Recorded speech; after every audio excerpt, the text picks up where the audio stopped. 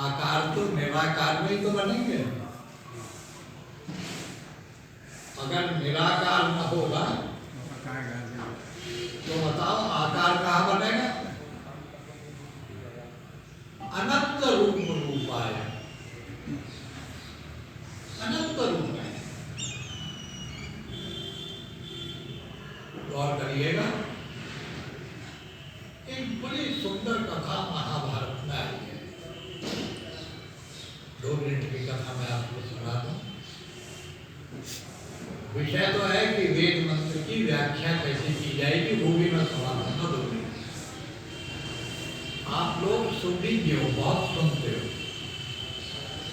हमारे समाज के मन से आपको एक से एक अच्छे बड़े विद्वान मिलते हैं जो बोलते हैं। बहुत शुद्ध है, आप लोग बहुत सुने हुए हैं और कभी न कभी तो पढ़ते भी होंगे। ऐसा तो है नहीं कि जो सुनता है वो पढ़ता नहीं है। जिनको सुनने का शौक होता है उन्हें पढ़ने की भी बीमारी होती है। तो आप बहुत शुद्ध भी हैं और स्वाध्यायशील भी हैं।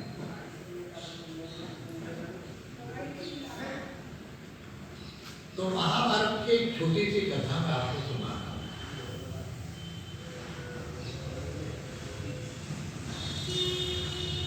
वेद व्यास जी महाराज अपने शिष्यों के साथ किसी मार्ग पर चल पड़े। कहीं जाना था,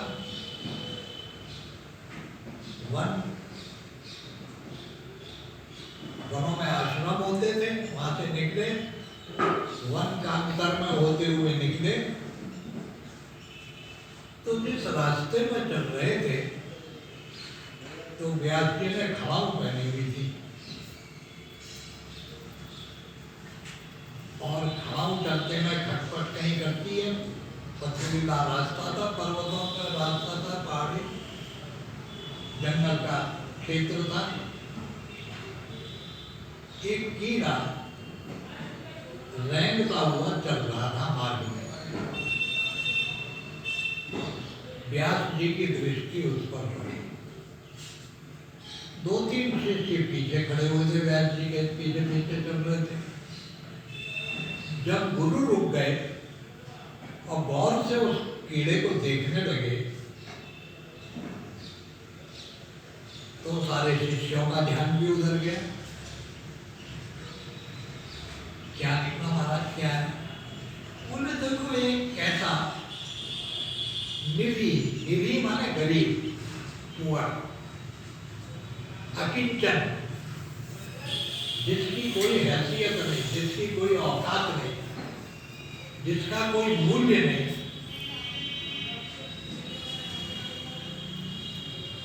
अस्तित्व में जिसका होना न होना बराबर है, ऐसा एक कीड़ा मेरी खड़ाओं की आवाज से भयभीत होकर मार्ग से बच के भागने की कोशिश कर रहा है कि कहीं मैं मर न जाऊं, दब न जाऊं।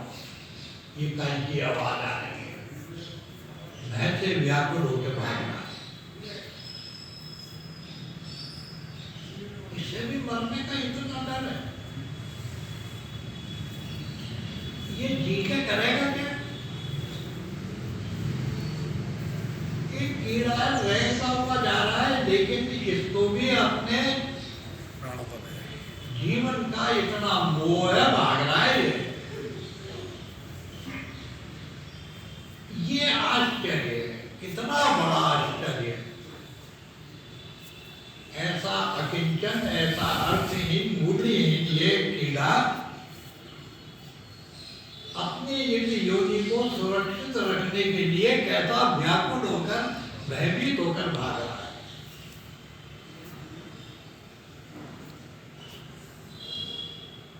इतने में आकाशवाणी हुई, वो कीड़ा बोला,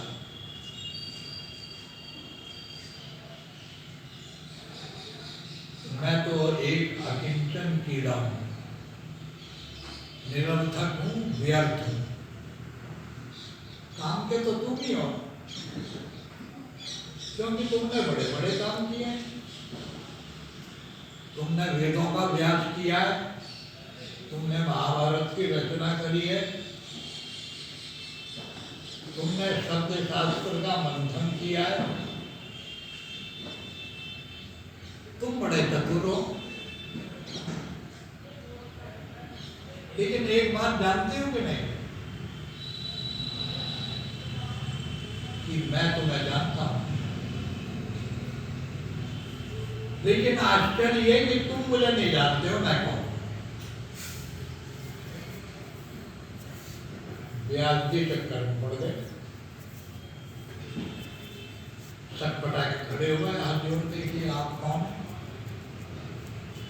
बोले यही तो मैं कह रहा हूं, मैं तो तुम्हें जानता हूं और तुमने क्या क्या किया है ये भी मुझे मालूम है।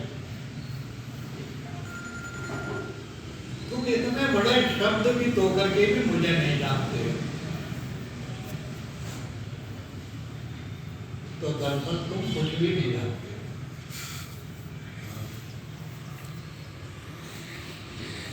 कीड़े की ऐसी बात सुनकर व्यास जी स्थगित हो गए। बोले महाराज आप हैं कौन? कोई देवता है, यक्ष है, गंधर्व है, किन्नर है, कौन है? क्या क्या बना हुआ? मेरे मित्रों अद्भुत बात कही उस समय कीड़े ने। मैं तो कुछ नहीं, एक चेतना, मैं केवल एक चेतना। व्यास तुम सब कुछ जानते हो लेकिन चेतना को नहीं जानते। चेतना का मतलब समझ गए? जीवन। मेरा आकार कैसा भी हो, मेरा रूप कैसा भी हो, मेरी गति कैसी भी हो, मेरा रूप वर्ण कैसा भी हो, ये सब तो तुमने देखा, लेकिन व्यास तुम ये नहीं देख सके कि मैं चेतन तत्व और वो चेतना हूं जो सर्वत्र व्यापक है। मैं शिव तत्व हूं। अध्यात्म यहां से प्रारंभ नहीं होता है कि तुम परमात्मा को पूज रहे हो। अध्यात्म वहां से प्रारंभ होता है जब तुम जीवन का उत्स खोजते हो, the fountain head of consciousness. ये मेरी चेतना जो है, ये आपकी जो चेतना है, इसके लिए वेद में बड़ा सुंदर शब्द है। ये चेतना देवों की देव है, परम देव है, महादेव भी। ये देवानाम अधिपति इंद्र, इसको इंद्र भी कहा गया है। इस चेतना की एक ही पहचान है। क्या पहचान है? अग्रे नयति। ये आग से भरा हुआ है, ये अग्नि से परिपूर्ण है। वो अग्नि जिसको वेद परमात्मा कहता है। अग्निमीडे पुरोहितम् यज्ञस्य देवा ऋतबीजम् ओतारम् रत्नदातमम्। बोलते हैं नहीं यार? हाँ। अग्नेन सुपथाराय आत्मान विद्वान् सीतानि बभूव। बोलते हैं कि नहीं? ये अग्नि कौन है? ये वही अग्नि है क्या जो यज्ञ कुंड में प्रज्वलित हो रही है? हाँ, उसी वही अग्नि है।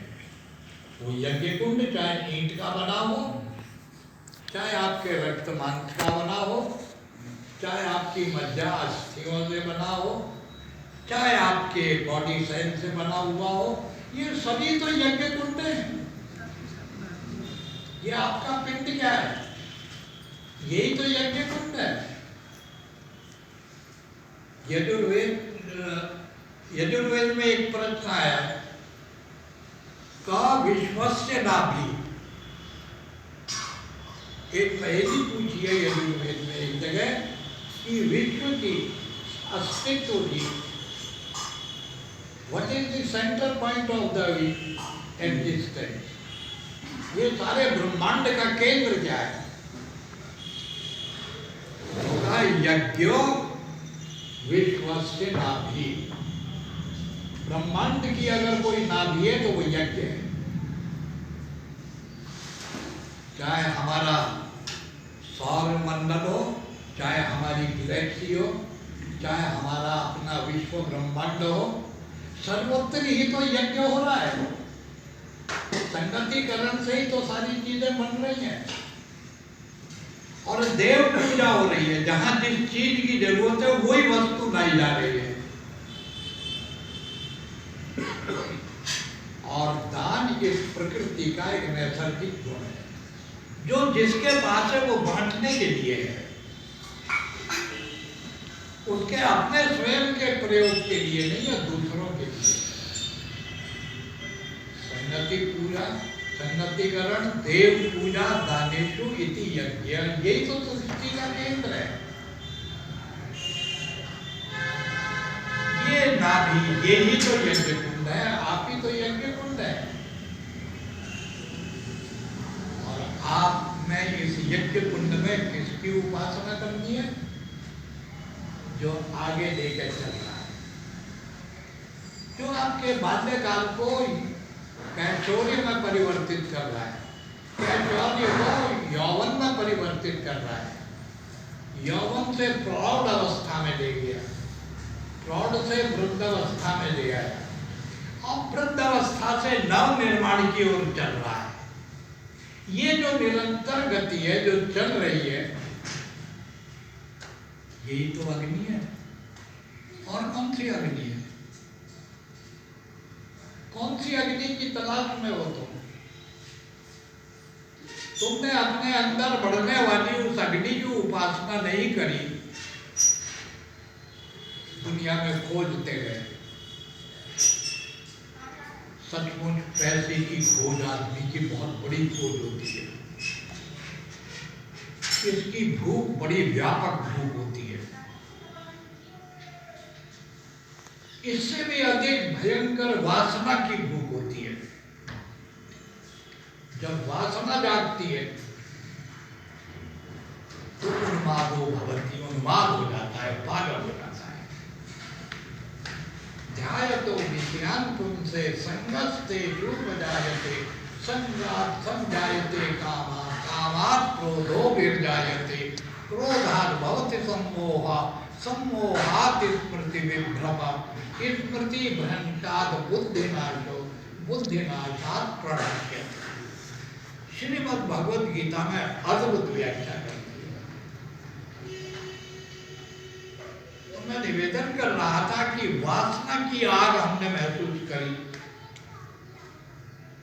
हर चीज को हमने बढ़ते हुए देखा, पर हमने उस अग्नि को बढ़ते देखा कि नहीं, जो हमें निरंतर आगे गतिशील कर रही है, बढ़ा रही है। कितना आश्चर्यजनक है उसका बढ़ाना। वो बढ़ाती है, लगता है बढ़ रहा है लेकिन घट रहा है, दिखता है घट रहा है लेकिन बढ़ रहा है। कितना विरोधाभास है इस ब्रह्मांड में, कितना paradoxical is your body and existence. मौत भी वहीं पल रही है और जीवन भी वहीं पल रहा है, एक ही पलने में। और कितना अद्भुत है हमारी मानसिकता। हम रात और दिन मौत को भी थपकियां दे रहे हैं, जिंदगी को भी थपकियां दे रहे हैं, लेकिन हम मौत से भयभीत होते हैं और जिंदगी को हम प्यार नहीं कर पाते।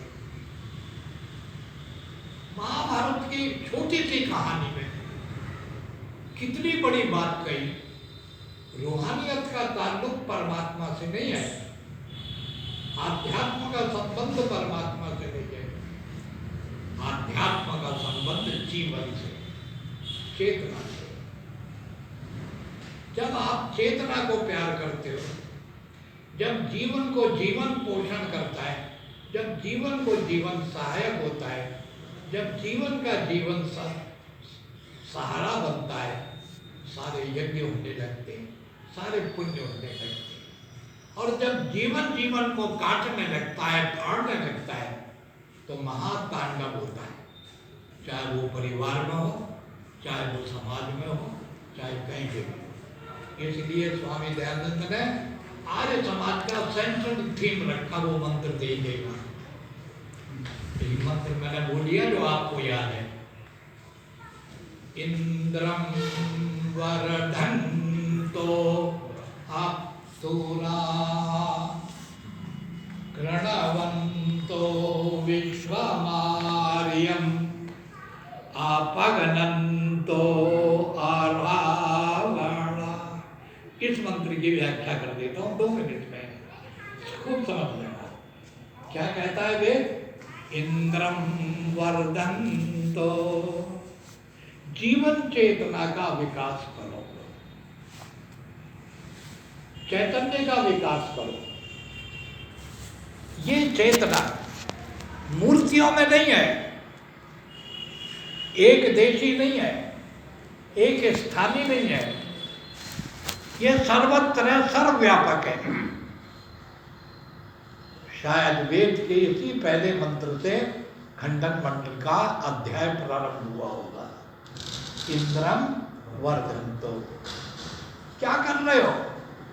उस असीम को, उस अनंत को महदूद कर रहे हो मंदिरों में, दिशाओं में, आकार में, शरीर में, कपड़ों में, खाने पीने में, कर्मकांड में, पूजा पाठ में, कहाँ बांध रहे हो?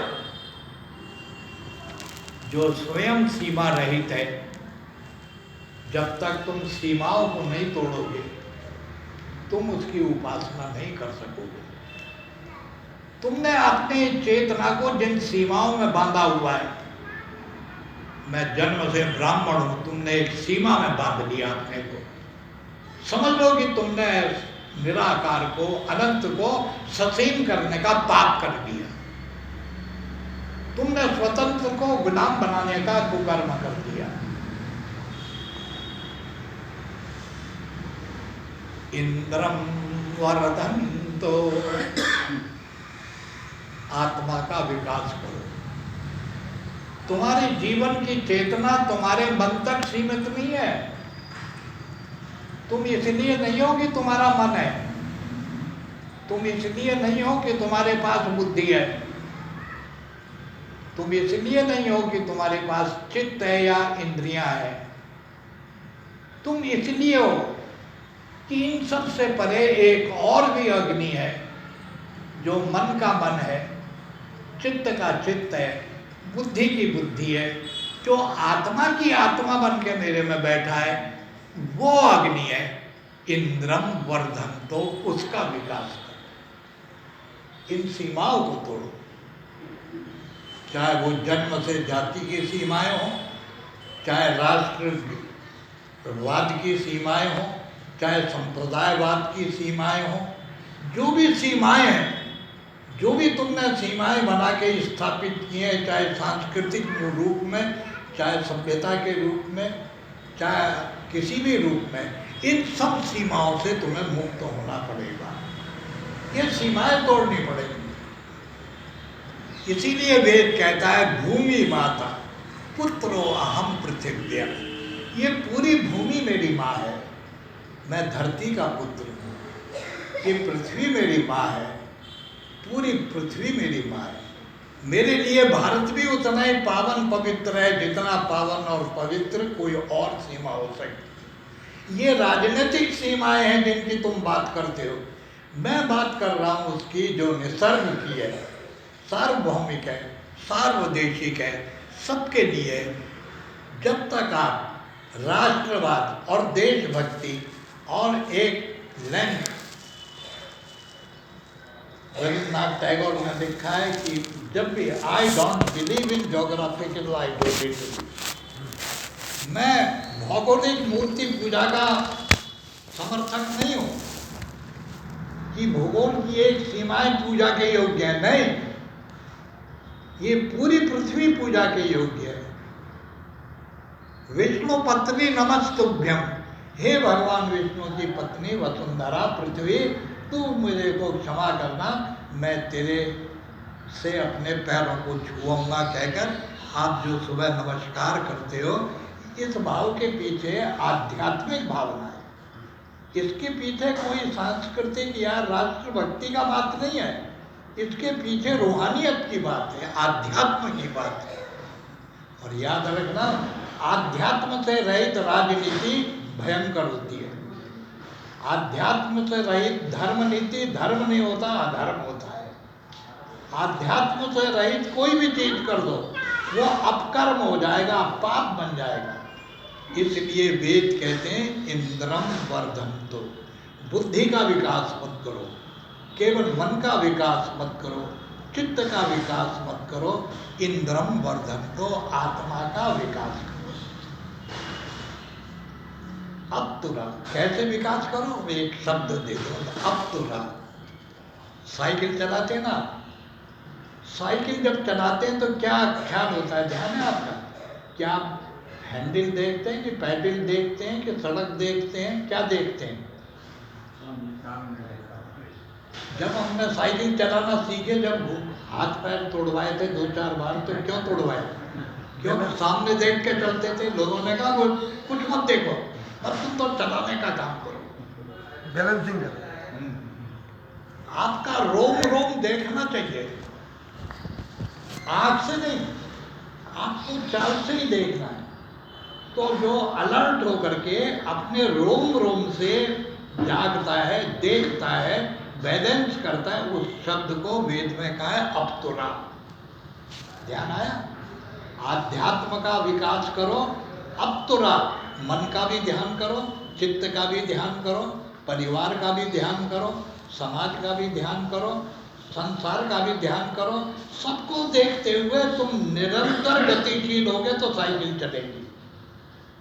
इंद्रम वर्धन्तो अपतुला, इस स्थिति को प्राप्त हो गए तो कृणवंता, तुम्हारे कर्म अपने आप ही संसार को आर्य बनाने वाले हो जाएंगे। ये होश में चलने वाला बंदा है, ये जगा हुआ बंदा है, ये अलर्ट है। इसीलिए आर्य शब्द का अर्थ होता है कि जो चतुर है, और इसी का बिगड़ा हुआ शब्द है अनार्य, और इसी का अपभ्रंश है अनाड़ी। ये अनाड़ी शब्द भी अनार्य का ही तो अपभ्रंश है। तो आर्य बनने का अर्थ होता है बैलेंस करके